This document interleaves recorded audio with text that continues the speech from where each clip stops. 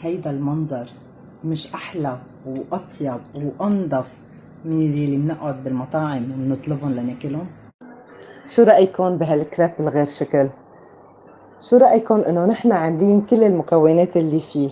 يعني الطحين العادي نحن حولناه لطحين جاتو فاخر، والشوكولا القابلة للدهن نحن اللي عملناها. بدكم تعرفوا كيف؟ تابعوني. ومثل ما شفنا بالانترو نحن رح نحضر كل مكونات الكريب. يعني طحين عادي رح نحوله لطحين جاتو او لطحين خصوصي للحلويات. بدنا اياه كوب، بدنا نعير فيه اول شي معلقتين كبار من النشا، وهذا الثاني كفي بقية الكمية طحين عادي. كوب من الطحين لجميع الاستعمالات رح نحط له معلقتين من النشا او المايزينا، وهلا رح نضل ننخل الطحين لحتى يندمج هو والنشا مع بعضهم ويتفاعلوا مع بعضهم. نحن بحاجة انه ننخله 4 أو 5 مرات على القليلة. انا صراحة عاملة 3 اكواب من الطحين، رح فرجيكم الكمية، رح ارجع انخلها. ضروري عملية النخل هي لحتى يندمج الطحين مع النشا.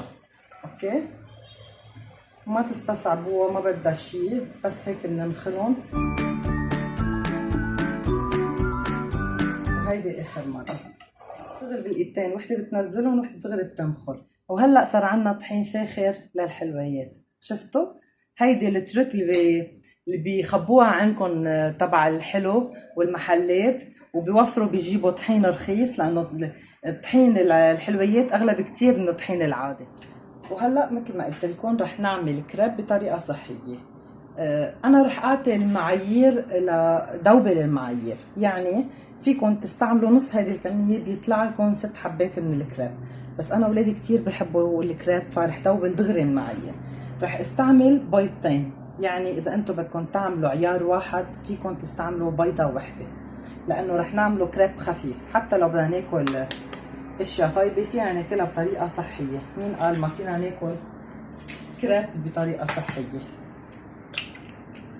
هيدي تانية بيضة صغيرة من الفانيليا، من سكر الفانيليا. إذا عاملين عيار واحد بنحط نص معلقة. معلقتين طعام من سكر، وإذا عيار واحد رح نحط معلقة وحدة، وفوقهم حوالي 4 ملاعق من الزيت النباتي. يعني كل عيار بده معلقتين بس، 3 وهيدا 4.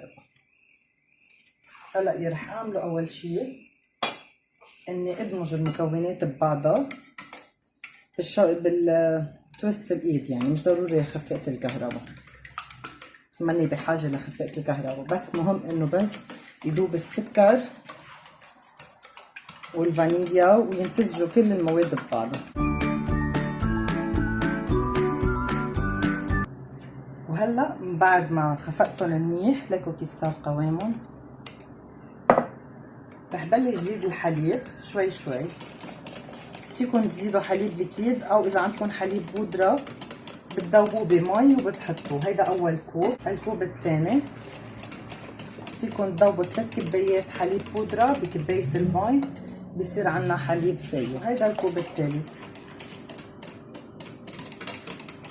تأكدت انه كل المكونات اندمجوا مع بعضهم. انا حطيت 3 اكواب من الحليب، يعني لكل عيار كوب ونص من الحليب. دوبلتهم لانه انا مدوبله الكميه كلها. رح ضيف الطحين، اتاكد انه اندمج. تاكدت انه داب اول كوب، رح نحط الثاني كوب، لانه نحن مدوبلين العيارات. لو عم بعمل عيار واحد يعني بحط كوب واحد بس مع كوب ونص من الحليب. هلا خفقتهم كتير منيح، ما بياخدوا وقت. بدنا مثل ما قلنا قوامه يكون ارخم من تبع الكيك بشوي. هلا شو رح اعمل؟ يلي رح اعمله اني خليها ترتاح مدة 10 دقايق او ربع ساعة بس بهذا الوقت نحن شو رح نعمل؟ رح نعمل الشوكولا يلي رح نحطه بقلبه. اوكي، ولحتى نعمل الشوكولا القابلة للدهن نحن عايزين هالمكونات البسيطة. نحن بحاجة لكوب من الحليب، كوب من الزيت، كوب من السكر، كوب من الكاكاو المر الغير محلى. الكوب اللي بتبلشوا فيه فيكم لازم تكفوا فيه. واذا بدكم تستعملوا نص الكميه فيكم، بس مهم تضلكم محافظين على نفس الكميه من كل الاربع مكونات. رح اخفقهم انا بالهاند بلندر بهيدي، اسرع لي صراحه وبلا ما اجبل الميكسر لانه منا محرز الكميه. حط اول شيء كوب الحليب. الحليب انا ذوبته، هو كان حليب عادي بودره ذوبته بمي. كوب الزيت بالسكر، كوب الكاكاو. وهلا بلش بالخفق. شوفوا كيف طلع قوامها سميك وكتير كتير كتير طيبة. بنصحكم تجربوها، فيكم تستعملوها كمان كساندويش هي بدل النوتيلا او اي شوكولا قابلة للدهن. رح حطها بالبراد ونرجع نخبز الكريب. خليكم معي وتابعوني للاخر. وصفة كتير كتير طيبة وكتير سهلة. انا كل جمعة او كل اسبوع بعملها لاولادي لانهم بيعشقوها هالوصفة. اول شي بنحط مقلاية كبيرة على النار، لازم تكون من مادة التيفال او الجرانيت، غير شي ما بيزبط لانه رح تلزق معكم الكريب. تاني خطوة، اول شي لازم تكون النار عالية، وبس تحمى المقلاية بدنا نوطي النار الكبيرة، بدنا نوطيها ونحط المقلاية عليها. من بعد ما تكون المقلاية حميت اكيد، بدنا ندهن القليل من الزيت النباتي،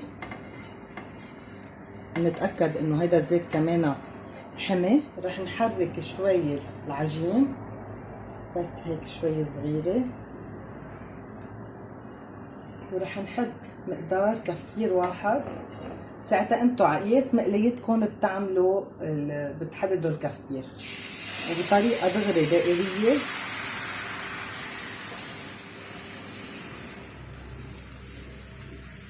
انطرها لتتأمر على الداير وبرجع بقلبها.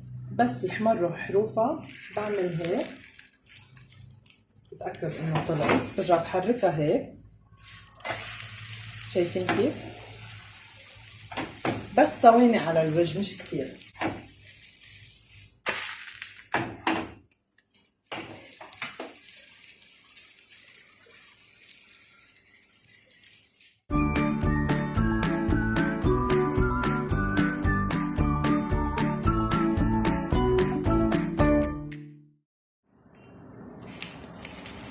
نفس الشيء بمرق معلقة السيليكون هيك على الداير، بتأكد انه تحمرت مثل ما انا بدي. بكل بساطة هيك بهديها بحركة كتير كتير كتير سريعة، بعمل هيك. شفتوا كيف؟ رجعت ست. شوفوا كمان ثواني بس على وشها لانه هي ديجا استوت، بس بدي انا خليها اتأكد انه ما في شي بعده سايل على وجهها.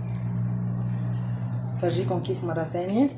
معلقة السيليكون نفوتها هيك حركة كتير سريعة بس.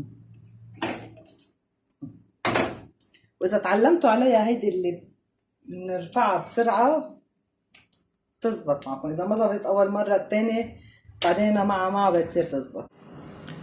وهلأ خلصت الكمية كلها، خليني فرجيكم كيف طلعوا. ليكوا اسم الله، ليكوا قديش رقيقة. أنا بحمرها مثل ما أنا بدي. هيدي منا محروقة على فكرة، أنا هيك بحبها مقمرة. شوفوا رقيتها، أرق من ورقة الكلينكس. هلا رح نحشيهم وفرجيكم كذا طريقة للحشي. أول طريقة رح لفها مثل الساندويش،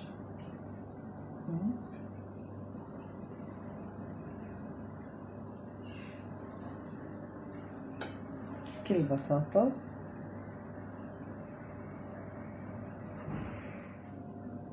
شوفوا كيف طلعت ساندويش. وهيدي الطريقة الثانية كمان الشوكولاية اللي نحن عملناه. على فكرة فيكم تستعملوا أي نوع شوكولا انتو عندكم اياه، نوتيلا أو أي نوع شوكولا قابلة للدهن، ما بيأثر. نعملها هيك.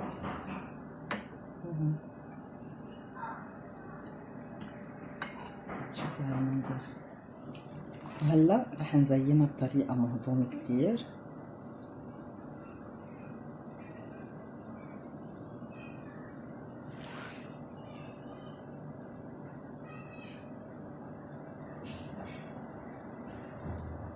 ليكو شو هيدا كيس صغير انا حطيت فيه الشوكولا وقصيته بطريقة كتير كتير صغيرة. ليكو قديش الفتحة تبعيته، بنزل لي الشوكولا بهيدي الطريقة. هيك ما بتستعملوا كيس حلواني وبتخسروا كمية كبيرة من الشوكولا اللي رح تبقى بقلب الكيس. وهلا رح ندوق. على فكرة فينا نحشيها كمان بكتير حشوة مالحة مش بس حلوة. اذا عبالكم بس حطولي بالكومنت ونحن رح نعملكم اياها. عنا كذا حشوة مالحة.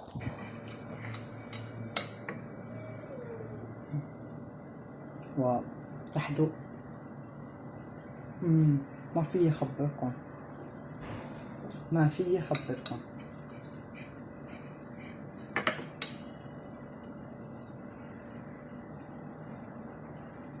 بتجنن. تنسوا تشتركوا بالقناة وتفعلوا زر الجرس وتعملوا لايك إذا عجبكم الفيديو. إذا عندكم طلبات أو أصناف حابين إني أعملكم إياها ما تنسوا تكتبولي بالتعليقات. باي.